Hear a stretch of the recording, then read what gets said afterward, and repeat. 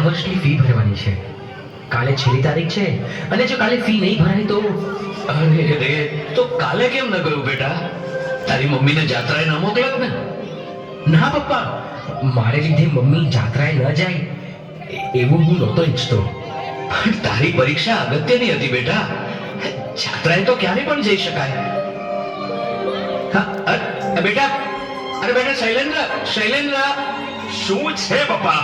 બેટા, તારી પાસે કેટલા રૂપિયા છે? કેમ તમારે વડે રૂપિયાનું શું કામ પડ્યું?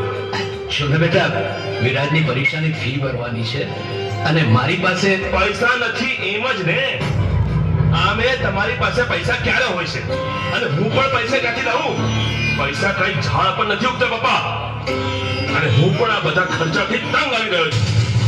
મેં કઈ તમારા બધાનો ઠેકો નથી રાખ્યો. બેટા, એની ફી નહીં ભરાય તો પછી એનું ભણતર રખડી પડશે એમ જ ને. અરે ને રખડી પડે. ચોક્કસ મોટા ભાઈને જરૂર ભાભી ગરડી લાગે છે. દર્શન, મોટા ભાઈ પણ એને શું કામ મારે છે તું? મારે નહીં તો પૂજા કરે તો ભાઈ સામે જીવાજોડી કરે છે. બેન, આજે તું જોજે તારા શેઠનો કમાલ. આ રૂપિયા કેમ કઢાવાય ને એ મારી પાસે છે. પણ તું જીવ્યા આવ્યો જ નહીં ને? બસ તને તો પગાર જોઈએ ખાલી. કાં આજે જો તું મારો કમાલ. એક શબ્દ ના બોલતો હો તું વચ્ચે. હા હા ભલે ભલે.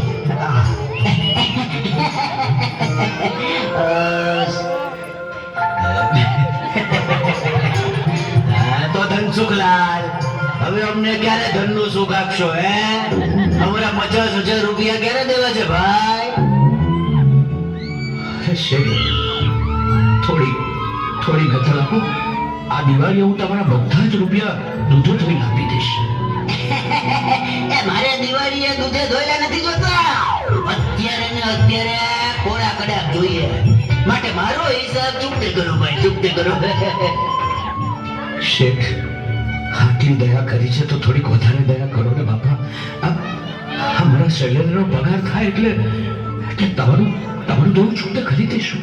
એ દેવા સાથે મારે કઈ લેવા દેવા નથી પપ્પા. હું આજે જ આ ઘરથી છૂટો થવા માંગુ છું. શૈલેન્દ્ર!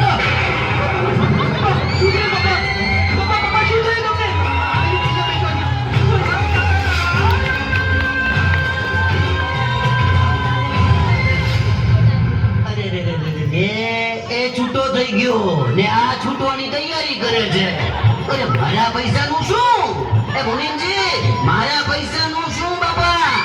શેઠ, તમને હું હાથ જોડું છું, તમારે પગે લાગુ છું. પ્લીઝ મને 6 મહિનાની મુદત આપો શેઠ. ના, ના, ના, ના, ના, ના, ના, ના, ના. 6 મહિનાની મુદત કેમ અપાય? અરે 6 મહિના હું જીવું કે ના જીવું? કેમ મુનિમજી? આજ તો તમારો શું ભરોસો? શેઠ, કાંઈ નહીં તો કૃપા કરી 3 મહિનાની મુદત આપો. ગમે તેમ કરી તમારા રૂપિયાનો બંદોબસ્ત કરી દઈશ. મુનિમજી, જી, કૃપા કરાય. હા કરાય. 3 મહિનાની મુદત અપાય? હા અપાય. મને લાગે છે કે 3 મહિના તો તમે જીવશો જ. ઠીક છે, તમે બહુ ભલા માણસ છો એટલે તમને 3 મહિનાની મુદત આપું છો. 3 મહિના. જો ચોથા મહિનાની હવારે મને પૈસા નહીં મળે તો આ ઘર ખાલી કરાવવાનું છે. આ લ્યો સ્ટેમ્પ પેપર, આના પર સહી કરો. બંને બાપ દીકરો. હાલો હાલો હાલો. હવે એ ભાઈ એ પેન આપને મુનિમ. હા ભલે ભલે. એ હાલ એ સહી કર ને બાપા. ડાચું ઊંચું જ મારું. હાલ હાલ હાલ હાલ.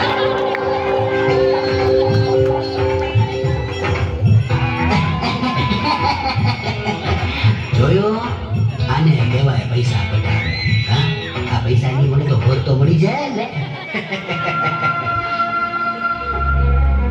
પિતાજી, હું તમારી માટે દૂધ લઈ આવું. દર્શન, તું જરા પપ્પા પાસે. હા મોટા ભાઈ.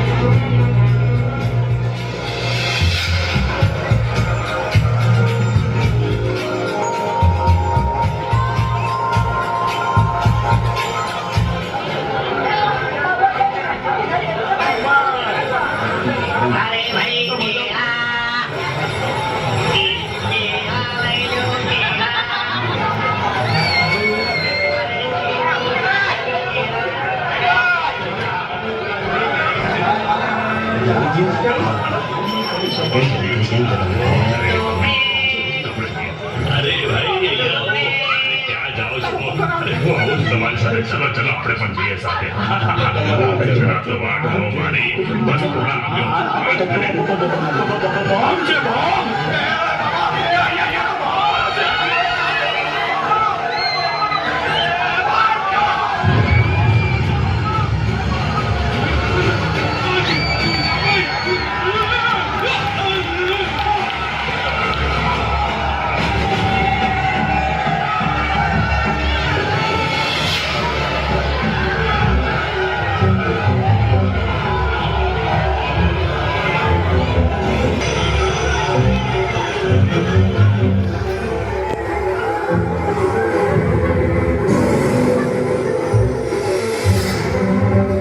અરે આટલા બધા રૂપિયા, આટલા રૂપિયામાંથી તો મારી પરીક્ષાની ફી, અમારી ગરીબી દૂર થઈ જાય.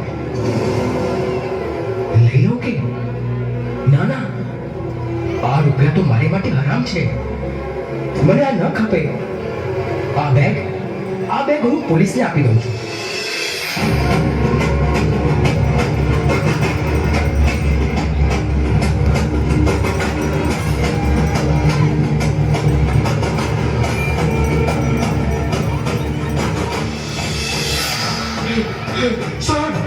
સાહેબ મારી સુટકેસ ખોવાઈ ગઈ છે. એક મિનિટ. લ્યો શેઠ, આ છે ને તમારી બેગ? અરે હા આજ પણ અહીંયા ક્યાંથી આવ્યા? શેઠ, આ છોકરો તમારી બેગ અહીં લઈને આવ્યો છે. બેટા, તે મને મોટી આફતમાંથી બચાવ્યો છે. પણ તમે તો ત્યાં ઢળી પડ્યા હતા ને. હા, પણ વાગ્યું નથી. આજે તારા જેવા જરૂરિયાતમંદ યુવાનમાં આટલી વફાદારી, આટલી પ્રમાણિકતા તો ભાગ્યે જ જોવા મળે. બેટા, શું નામ છે તારું? વિરાજ મહેતા. વિરાજ મહેતા. બેટા, આ લે મારા તરફથી ભેટ. થેન્ક યુ સર, પણ મેં તો ફક્ત મારી ફરજ બજાવી છે. ધન્ય છે તારા સંસ્કારને અને તારી નીતિમત્તાને. પણ હું તો તને પ્રેમથી ખુશ થઈ ઉપહારમાં આપું છું, કારણ કે તે મને મોટી આફતમાંથી બચાવ્યો છે. ઓછો ધનસુખલાલ, લઈ લો આ રૂપિયા. કઈ નહીં શેઠ, આ તો જરાક ચમકથી મારી આંખો વિચાઈ ગઈ હતી, પણ મારા દીકરાએ મારી આંખો ખોલી નાખી છે. ના સાહેબ, આ પૈસા અમને ના ખપે. પેટના અંતર વિટાય, પણ આ હાથનો લઈએ તો અમારો ધર્મ લાજ. હજી ઉપકારનો બદલો હોય સાહેબ, પણ ફરજનો ન હોય. મારા દીકરાએ તો માત્ર ફરજ બજાવી છે, મનુષ્ય ધર્મ બજાવ્યો છે. અને ધર્મ તો અમૂલ્ય છે. ધર્મ કાર્યની કિંમત વસૂલ કરવી એ તો શ્રદ્ધાની, ધર્મની દલાલી કર્યા બરાબર કહેવાય શેઠ. વાહ વાહ વડીલ ધનસુખલાલ, વાહ! તમે તો આજે મને સાચી સંસ્કારિતાના દર્શન કરાવ્યા. પણ વિરાજ, અડધી રાત્રે જરૂર પડે તો મારા બાળક ખખડાવજો. અને હા ધનસુખલાલ, અમારા જેવા ઉદ્યોગપતિઓ અમારો કારોબાર સારી રીતે સંભાળી શકે તેવા સજ્જન, પ્રમાણિક અને ઈમાનદાર વ્યક્તિઓને જ ખોજતા હોય છે. અને આજે મને એ મળી ગયા છે. તમારો દીકરો સીએ થાય ત્યાં સુધીનો બધો જ ખર્ચો મારા ઉપર. હવે ના પાડશો નહીં. અને હા, જેવી તેની પરીક્ષા પૂરી થાય કે તરત જ હું તમારા વિરાજની મારી ફેક્ટરીમાં ડિરેક્ટર તરીકે નિમણૂક કરી દઈશ. લ્યો ત્યારે હું જાઉં.